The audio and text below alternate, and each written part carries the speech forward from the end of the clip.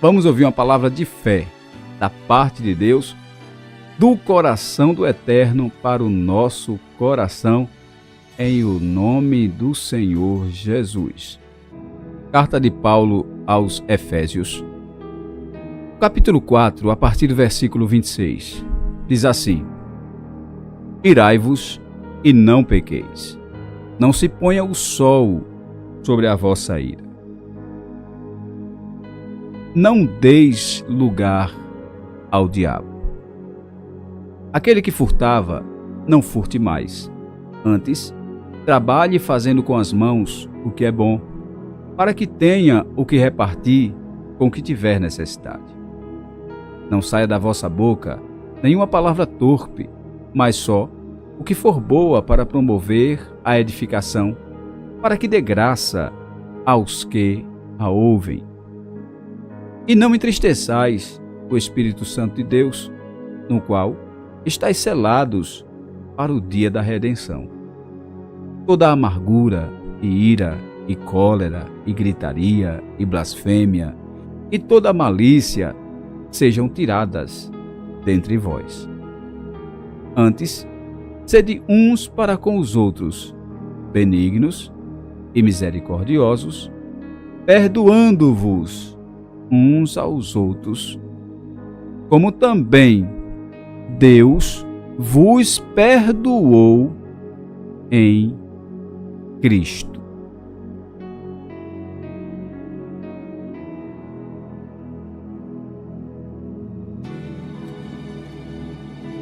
Glória a Deus.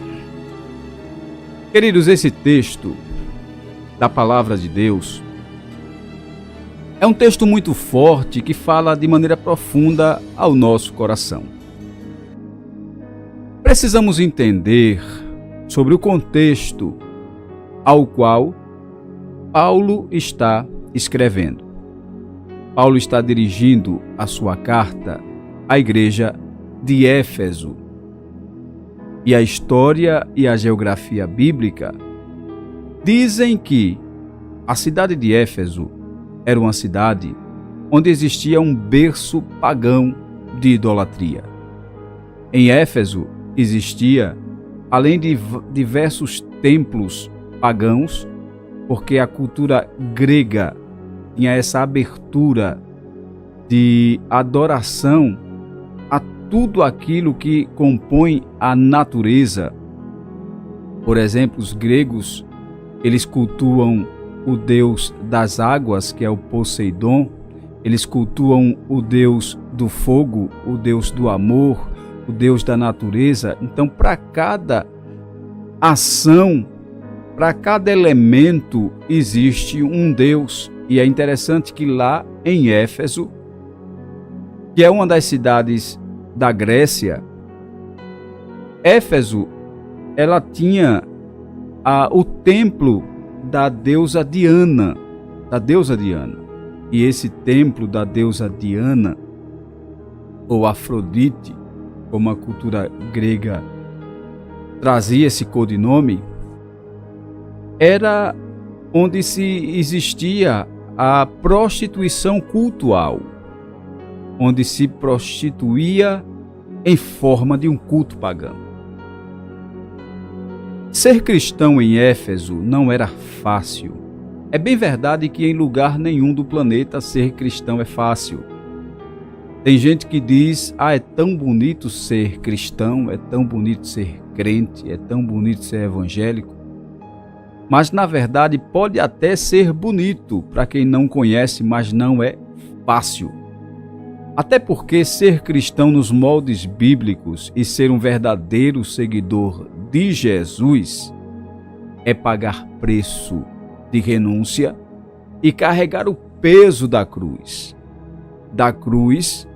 da nova identidade de cristão.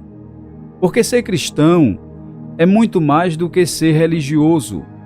Ser cristão é ser seguidor de Cristo. E o verdadeiro seguidor de Cristo não é aquele que segue a religião, mas é aquele que segue a Jesus de perto. Logo, na cidade de Éfeso, essa cidade onde Paulo está escrevendo, os cristãos viviam ali em constante batalha espiritual contra o mal. Tanto é que Paulo escreve a carta aos Efésios e é uma carta muito explorada por aqueles que são estudiosos da teologia da libertação. Paulo ele fala da posição da igreja nos lugares celestiais e ele fala também da hierarquia do mal, composta de principados, potestades, dominadores, hostes espirituais da maldade nos lugares celestiais. E ele vai classificar a ação do mal. Paulo revela muitas coisas do reino oculto do mal na carta aos Efésios, porque ele tem a intenção de preparar os irmãos para uma guerra que já existe. Até porque a verdadeira batalha espiritual, ela é assumida a partir do momento que nós decidimos por Jesus. Decidir por Jesus é comprar uma guerra contra as trevas. Quando você rompe com as trevas e entra na luz, segue o caminho da luz, você declarou guerra contra o inferno. E é por isso que Paulo ele faz questão de dizer que estamos em uma guerra e que nessa guerra nós precisamos lutar com as armas certas contra o alvo certo. Por isso que ele diz que a nossa luta não é contra a carne, não é contra sangue, mas é contra principados, potestades, dominação. É bem verdade que o diabo vai se utilizar de carne e sangue, porque ele, sendo um ser espiritual, ele precisa de um corpo para externar a sua maldade, para realizar o seu plano, o seu propósito. O diabo precisa de corpo, precisa de condições físicas para nos atingir, para nos combater. E é bem verdade que tem muito mais pessoas que se entregam para o diabo usar do que aqueles que se entregam para Deus usar. E a nossa intenção aqui, o programa Segundo a Glória, é que você seja um canal, instrumento de Deus e que não permita o diabo se utilizar de você. Porque só quando você se tranca para o mal, quando você se entrega de verdade para Deus, renunciando o pecado, porque o pecado é esse ponto de contato entre o homem e o diabo. Do mesmo jeito que a santidade é o nosso ponto de contato, de ligação, de conexão com Deus, o pecado, ele rompe essa conexão e nos liga ao diabo. E quando nós estamos em pecado, principalmente o pecado recorrente, porque todos nós pecamos, todos nós erramos. E a Bíblia diz que aquele que diz que não peca é mentiroso. Nós somos pecadores. E nós não somos pecadores porque pecamos. É o contrário. Nós pecamos porque somos pecadores. Agora, uma coisa é pecar como acidente. Uma coisa é pecar como um erro. Outra coisa é o pecado recorrente. É aquilo que eu ouvi uma pregadora dizendo que é o pecado de estimação. É quando alguém se apropria do pecado como parte da sua vida. É quando alguém começa a sentir prazer no pecado, se alimentar com o pecado. Começa então a cuidar como se fosse um animal de estimação daquele pecado. Se apropria daquele pecado, como se fosse uma extensão da sua existência. E é interessante que Paulo, sabendo que o pecado é um meio do diabo nos tocar e nos derrotar, porque embora todo cristão está debaixo de promessas gloriosas de Deus, e uma das promessas de Deus é que em Cristo nós somos mais do que vencedores. Agora nós precisamos estar em Cristo. Quando nós abrimos brecha, quando nós abrimos porta, quando nós damos legalidade para o diabo, ele entra. E ele entra para executar aquilo que é missão dele. Entra para matar, roubar e destruir. E é por isso que nós não podemos, em hipótese nenhuma, dar lugar ao diabo. Veja que Paulo ele começa dizendo que nós podemos até nos irar, mas não devemos deixar o sol se pôr sobre a ira. O que é isso? É quando nós guardamos aquele sentimento de ira.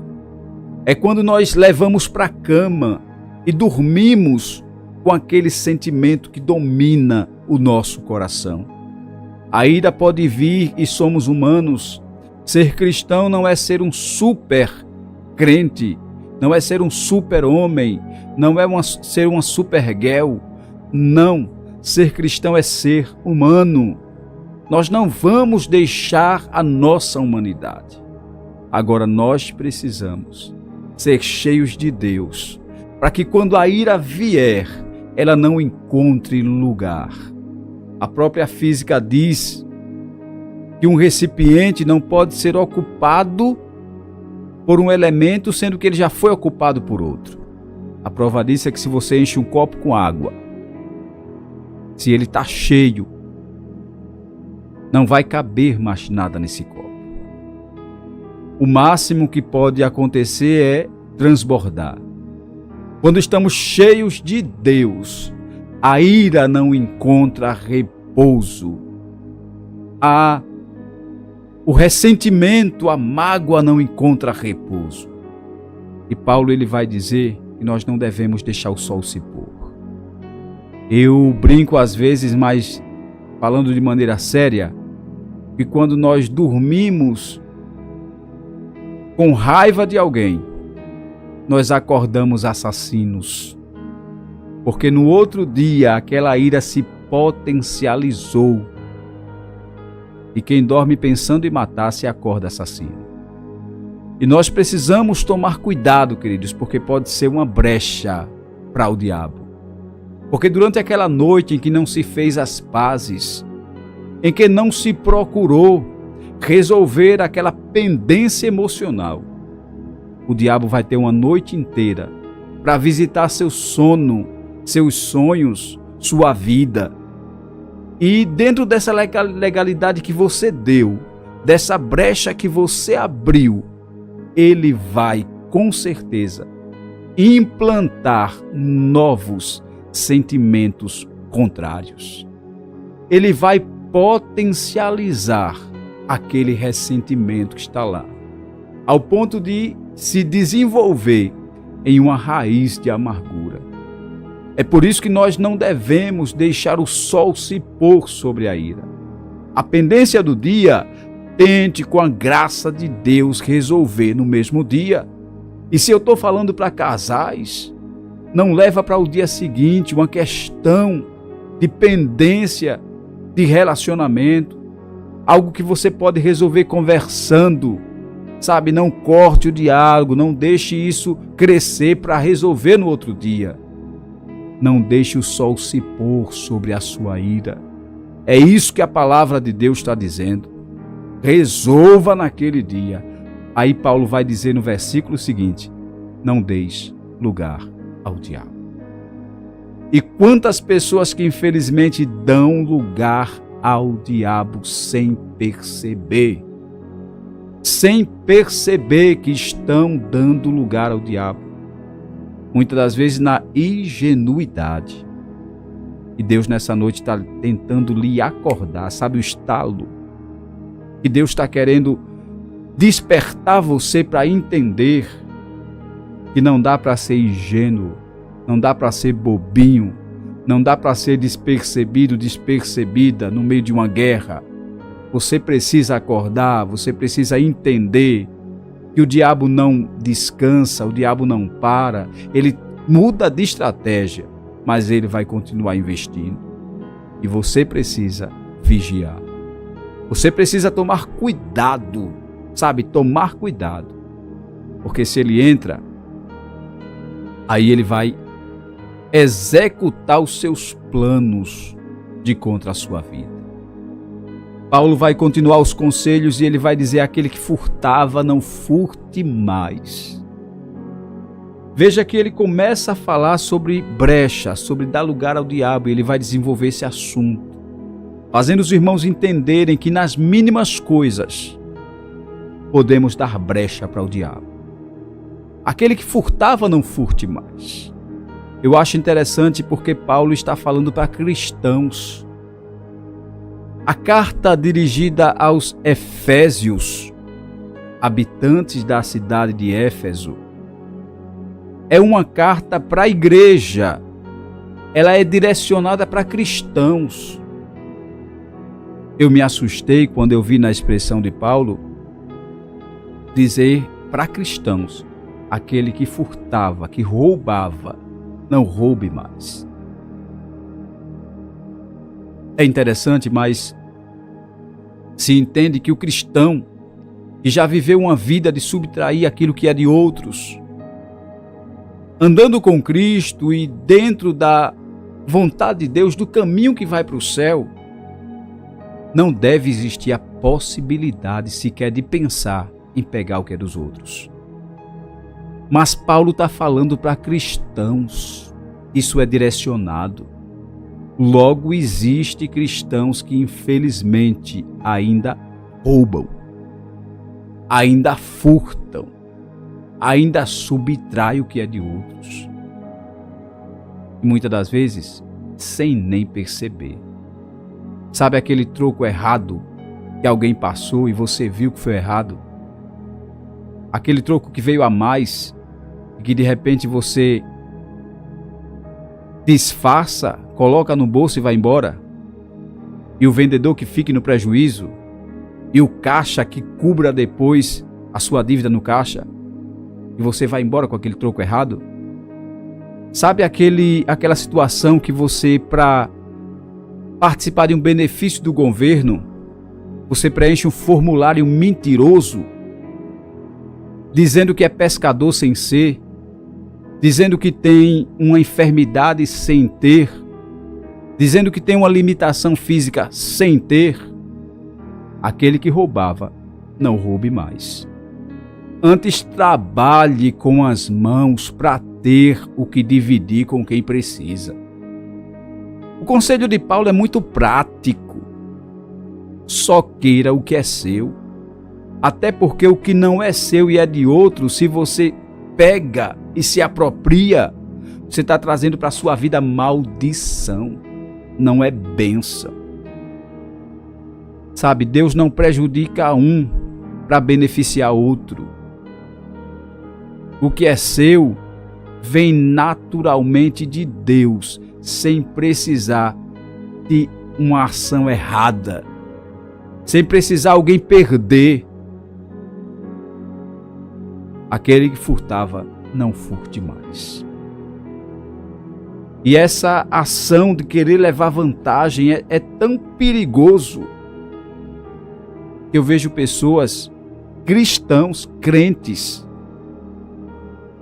É claro que nós precisamos, na feira, no comércio, fazer a nossa economia.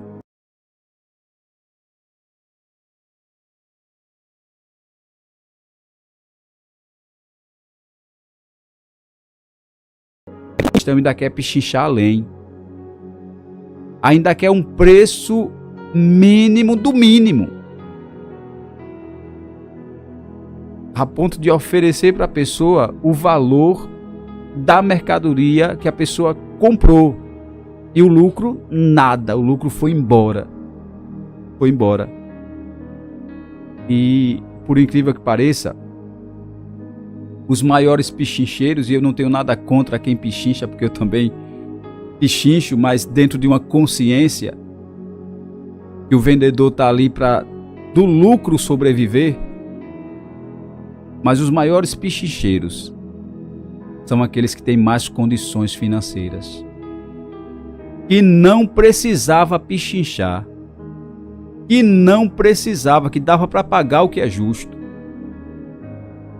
E a Bíblia está dizendo: aquele que roubava, não roube mais. E a lei fala de categorias de roubo. Existe o furto. O que é o furto? É quando alguém rouba no escondido, sem alguém perceber que está sendo roubado. O roubo não, o roubo é na mão grossa. O roubo é botar o revólver na cara, é tomar na força. Mas o furto não. Quem furta, tira do outro sem que o outro perceba. E quantos cristãos entrando por esse caminho para levar vantagem, tira do outro sem o outro perceber. Toma do outro, deixando o outro no prejuízo. E o que é isso? Lugar para o diabo. E depois ficar perguntando, eu não sei porque as coisas na minha vida não dão certo, eu não sei porque é que eu dou um passo para frente, dois para trás, eu não sei porque a situação está complicada, o negócio está enrolado. E muitas das vezes a brecha está aí. E muitas das vezes a brecha está aí. E a Bíblia está dizendo aquele que roubava, não roube mais. Antes trabalhe com as mãos para ter e poder dividir com aquele que precisa. Fazendo com as mãos o que é bom, para que tenha o que repartir. Outra coisa que a Bíblia nos ensina, a prática do bem, a bondade, é algo que Deus planejou para nós. Até porque quando você reparte com alguém, você está plantando em um terreno que vai ter retorno, que é o reino de Deus. A Bíblia diz que aqueles que são bons de coração têm a bênção de Deus. Deus retribui aquele que ajuda o necessitado. Não saia da vossa boca nenhuma palavra torpe. Quantos cristãos, cheios de gracejo, de anedota, de piada, e muitas das vezes até mentira no meio. Palavra torpe é palavra pobre, pobre de vocabulário, pobre de conteúdo, pobre de tudo, pobre de linguajar. E aí muitas das vezes diz, eu não sei porque é que o diabo está me atingindo. Palavra torpe. E Paulo está dizendo, não saia da vossa boca. Porque quando você abre a boca para falar aquilo que não promove edificação, que não dá graça para quem ouve, aquilo que não levanta quem está caído, muito pelo contrário, acaba derrubando quem está em pé. Quando a sua boca é usada para ferir, para machucar, para maltratar, para denegrir a imagem de alguém, é uma brecha que você está dando para o diabo. Ou melhor, você está abrindo um portão para o diabo entrar na sua vida. E a palavra de Deus continua dizendo, não deixe lugar ao diabo. No meio disso tudo, Paulo vai dizer, e não entristeçais o Espírito Santo de Deus, no qual foste selado para o dia da redenção. Você já prestou atenção que enquanto de um lado o diabo está feliz, porque brechas estão se abrindo, portas estão sendo dadas para ele, concessões estão sendo oferecidas para ele, do outro lado tem o Espírito de Deus que está se entristecendo. Eu acho interessante porque Paulo, em um mesmo texto, ele vai falar do diabo, nos mandando tomar cuidado para não dar brecha para ele, e vai colocar no contraponto a figura do Espírito Santo.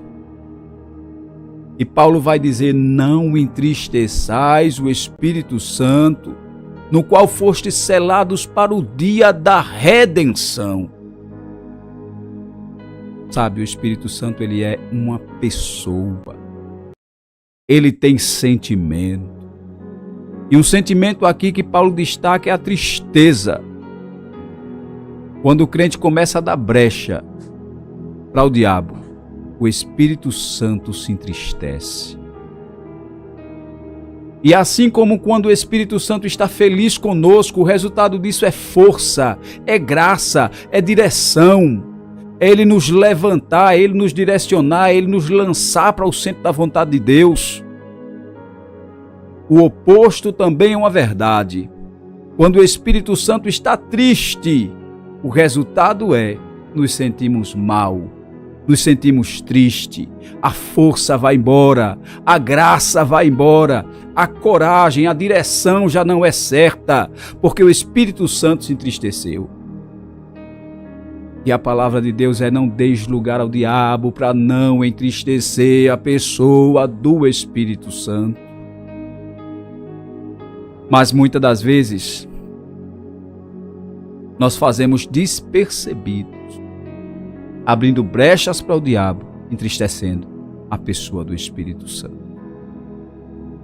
Mas que Deus nos ajude, queridos, e a palavra de Deus, ela vai dizer que nós precisamos abandonar a amargura. Lembra que no começo eu falei do sentimento guardado? O sentimento guardado, ele traz a amargura. Quantas pessoas amarguradas. E você já prestou atenção que uma língua amargurada destila a amargura onde chega?